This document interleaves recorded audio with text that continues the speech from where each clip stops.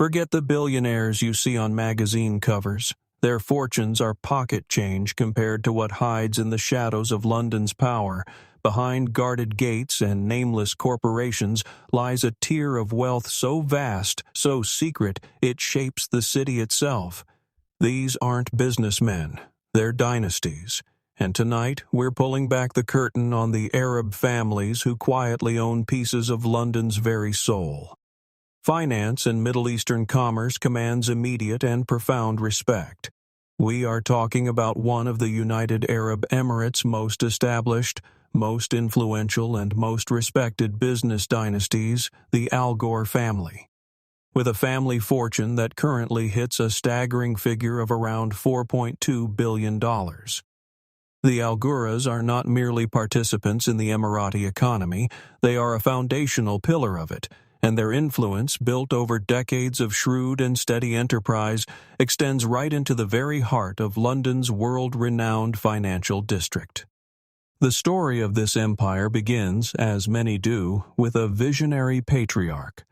The family's patriarch, the legendary Abdullah bin Ahmed al-Ghuraya, possessed the foresight to found what would eventually become the crown jewel of their sprawling empire. That jewel is Mashrek Bank, which he established way back in 1967. To understand the significance of this, one must transport oneself back in time. This was before the UAE was the gleaming global hub it is today. This was an act of profound faith in the future, a bet on a vision that few could have imagined at the time. Today, that bet has paid off on a scale that is difficult to comprehend. Mashrek Bank is not just a successful bank. It is one of the UAE's top-tier leading financial institutions. Its operations are not confined to the Middle East. They stretch from its home base across the globe with a significant presence in Europe and the United States. To put their success into concrete terms, consider this. The bank itself, a single entity within their wider portfolio, reported total assets of nearly $70 billion as of late 2024. This single number is irrefutable proof of the family's sharp, patient, and long-term vision. It speaks not of rash speculation, but of steady generational growth. But to think of the Al Gures as merely a banking family would be to fundamentally misunderstand the scale and diversity of their ambition. Their empire is far, far from a one-trick pony. The family's central holding company is a diversified beast, a powerful conglomerate with significant and deeply entrenched interests in foundational sectors of the economy, food, real estate, and construction. They are not just moving money, they are building the very fabric of the modern world. To give you an idea of their tangible impact, consider two of the most iconic structures in the modern Middle East. Their construction firm was responsible for building the incredible shimmering exterior of the Burj Khalifa, the world's tallest building. And when Dubai needed a modern transit system, their firm was a key player in building the Dubai Metro.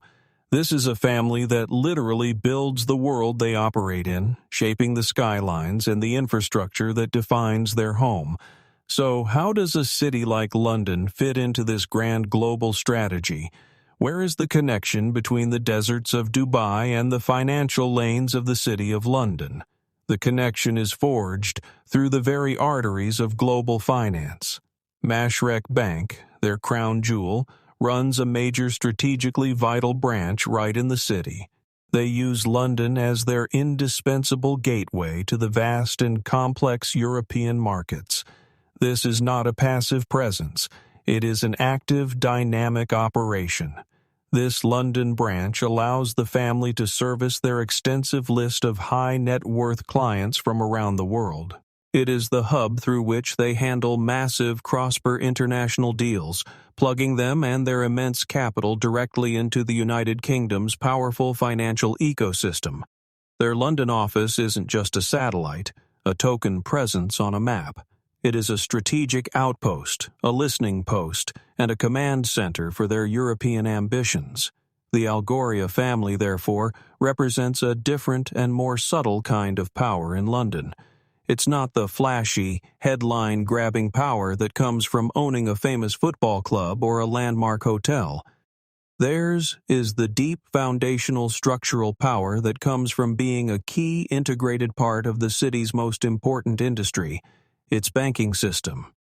They are the quiet financiers, the methodical architects of industry whose immense influence is felt not on the front pages of the newspapers, but on the balance sheets and in the boardrooms that keep the entire city running. They are the silent partners in London's continued success, coming in at name inextricably tied to the modern history of Lebanon, a name that evokes both immense political power and staggering personal wealth. The Hariri family, with a combined family net worth estimated to be around $4.88 billion. The heirs of the assassinated former Lebanese prime minister, the towering figure of Rafiq Hariri, have not just preserved their legacy, they have translated it into a formidable and truly global business empire. And while their influence and their investments are felt in capitals all across the world, the City of London holds a special strategic place in their vast and complex portfolio. The family fortune, a legacy of both political influence and tremendous business acumen, is mostly managed by Rafiq's talented sons. Baha Hariri, the eldest son, with a personal fortune hovering around $2.1 billion, is the one who primarily steers the family's financial ship. His main investment vehicle, the engine of his wealth, is Horizon Group, a powerful real estate company with major investments and developments scattered across the globe. He plays the long game, acquiring assets in key markets. His brothers, however, have not simply followed in his footsteps. They have carved out their own distinct and equally impressive lanes in the world of global business. Iman Hariri, for instance, whose personal worth is estimated at around $1.4 billion, has pivoted decisively towards the future, investing heavily in the volatile but potentially hugely rewarding world of tech startups. He demonstrated incredible foresight as an early backer of Nest, the revolutionary smart home company that was later acquired by Google in a multi-billion-dollar deal that sent shockwaves through Silicon Valley. This single investment demonstrates a keen eye for innovation and a departure from the family's traditional focus. Fahed Hariri, the youngest of the brothers, is himself worth over $1.3 billion. He has focused his attention on what the family has always known best, acquiring the most exclusive prime real estate, purchasing trophy properties in the playgrounds of the super rich, including New York, Paris, and Monte Carlo. So where in this global tapestry of assets and influence does London fit in? For the Hariri family, London is so much more than just another city in which to invest. It is a hub. It serves as a central nexus for their myriad global financial activities. Perhaps more importantly, in the wake of their family's tumultuous political history, London represents a secure and stable place to anchor their vast wealth, protecting it from the geopolitical instability of their home region. This sense of security is paramount. The family's connection to the city has been solidified even further by a significant personal move. Fahed Hariri now lives in the United Kingdom, solidifying the family's physical presence in the capital. Their operational style is the very definition of discretion. They operate with a quietness and a privacy that deliberately hides the immense scale of their fortune. They much prefer to work through private, low-profile investment vehicles rather than making the kind of splashy, headline-grabbing purchases that attract public attention. Their London portfolio, therefore, isn't about owning one single famous landmark that everyone can point to. Instead, it is about the careful, strategic, and patient collection of high-value residential and commercial properties located in the city's most exclusive and expensive postcodes. They intrinsically understand a fundamental truth about London's property market, that the quietest, most private residential streets often hold the most enduring and significant value. Their power in London is as discreet as it is substantial. We find ourselves once again in Lebanon, this time with a family that has demonstrated an absolute mastery of one of the oldest skills in business, turning connections into currency and turning crisis into opportunity. We are speaking of the Mikati family. The two brothers, Najib and Taha Mikati, together command a combined fortune that is estimated to be around $5.6 billion, a figure that makes them the single richest family in all of Lebanon. Theirs is a remarkable story of shrewd timing, bold risk-taking, and truly global ambition. And the City of London did not just play a part in their story. It played a starring, transformative role. Their incredible journey to becoming multi-billionaires began against a backdrop of national turmoil during the long and difficult years of the Lebanese Civil War. It was in this challenging environment that they founded a company called Investcom. The company began its life in the construction industry, but the brothers soon demonstrated their genius for adaptation. They cleverly and decisively pivoted their business to begin selling satellite phones at a time when traditional communication lines across the country were unreliable or completely destroyed. This was more than a business. It was a lifeline. And it was from this seed that their empire grew.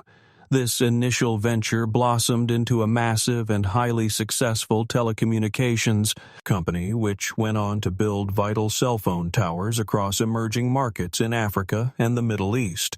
But the single moment that catapulted them from being merely wealthy to entering the rarefied stratosphere of global billionaire wealth came in the year 2005.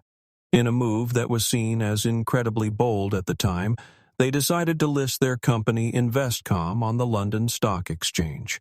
It was a huge initial public offering, one of the largest to come out of the Middle East at that time, and it was a signal of their global ambitions. The London market gave them the platform they needed. Just a few short years later, they executed their master stroke. They sold their entire stake in the company to the South African telecom giant, the MTN Group, for a truly staggering $3.6 billion. That one single deal executed on the London market was the transaction that made them international billionaires overnight. With all of that cash, a war chest of immense proportions, they established M1 Group. This is a Beirut-based family investment firm, but its outlook and its portfolio are truly global. And it is primarily through the activities of M1 Group that their presence in London has become not just financial and abstract, but tangible, visible, and incredibly stylish. The M1 Group has emerged as a major influential player in the world of high-end fashion. It holds significant stakes in iconic and quintessentially British brands like the menswear label Hackett London and the denim brand Pepe Jeans. This means that when you walk down the world-famous Regent Street and see those gleaming flagship stores, you are in fact looking at a piece of the vast McCarty empire, adding another layer to their incredible story of influence. Najib Mikati has also served multiple terms as the Prime Minister of Lebanon, perfectly blending his formidable business skills with the highest and most powerful level of political power. The story of the Mikati brothers is a perfect case study. It shows exactly how to leverage the power, prestige, and unparalleled liquidity of London's financial markets to build a dynasty, and then how to convert that financial power into tangible assets that are part of the city's very fabric. As we arrive we encounter a family that has not just invested in London, but has made it their second home. This is a dynasty that has established the city as the official headquarters for their formidable global ambitions. We are talking about the Mansour family.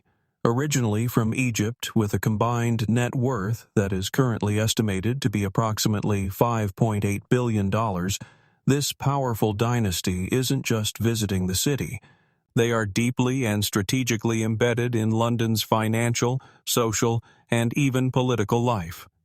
The family story begins with the founding of the Mansour Group in 1952. Over the decades, it has grown into a sprawling global conglomerate that today boasts some 60,000 employees. Their core business is built on several powerful pillars. These include being the exclusive distributor for the heavy-duty American industrial giant Caterpillar, providing essential equipment in Egypt and many other African nations. Furthermore, they are one of the world's biggest and most important dealers for the automotive behemoth, General Motors. Their influence extends into the daily lives of millions. If you have ever seen a McDonald's restaurant in Egypt, you have seen a visible manifestation of their empire. They hold the exclusive franchise there as well. While the family's roots and a significant portion of their industrial operations remain firmly in Egypt, their global nerve center, the brain of their international operations, is now firmly and strategically planted in London. Mohammed Mansour, one of the three brilliant billionaire brothers who lead this powerful dynasty, personally heads up Man Capital.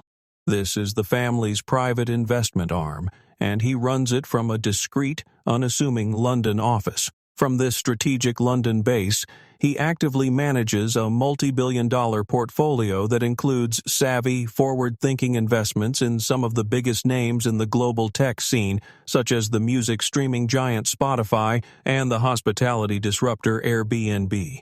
However, Mohammed Mansour's role in the UK extends far beyond that of a shrewd businessman. He has become a major and influential figure in British public life. He holds dual citizenship, both Egyptian and British, and in a clear strategic move to build influence within the very heart of the British establishment. He has become a prominent and significant donor to the Conservative Party. His personal journey is nothing short of remarkable, a journey from serving as the Egyptian Minister of Transportation to becoming a key financial backer of a major UK political party. It is a veritable masterclass in the art of cultivating and wielding soft power. It is the family's deep and multi-acceded integration into British society that makes them so utterly fascinating. They are not simply parking their money in London for safekeeping. They are actively and enthusiastically participating in its economy, its society, and its political discourse. In doing so, they are not just benefiting from the city's stability, they are helping to shape its future. Their story is a powerful example of how modern global wealth seeks not just a home, but a position of influence at the center of power. Sliding in at thee is a family that perfectly embodies the concept of quiet, discreet, old money power. This is the Oyen family of Saudi Arabia. With a formidable fortune estimated to be around $8 billion, this powerful dynasty operates as one of the most significant yet simultaneously most under-the-radar international investors in the entire world. Their footprint in London is not one of flashy spectacle, but a masterclass in patient, strategic, and high-value acquisitions that prioritize legacy over headlines. The foundations of this vast empire were laid by the legendary patriarch Solomon Olin. His is a classic story of entrepreneurial genius. He grew a small, humble trucking company, a logistics business, into what is today known as the Olin Group, a sprawling, privately owned conglomerate with a truly global reach and a portfolio of staggering diversity. Today, under the guidance of his heirs, the group has evolved into a diversified giant. It holds significant interests in everything from global finance and public equities to food and beverage brands to industrial manufacturing. But it is in the world of prime real estate that their power in London becomes most visible. That is, if you know exactly where to look.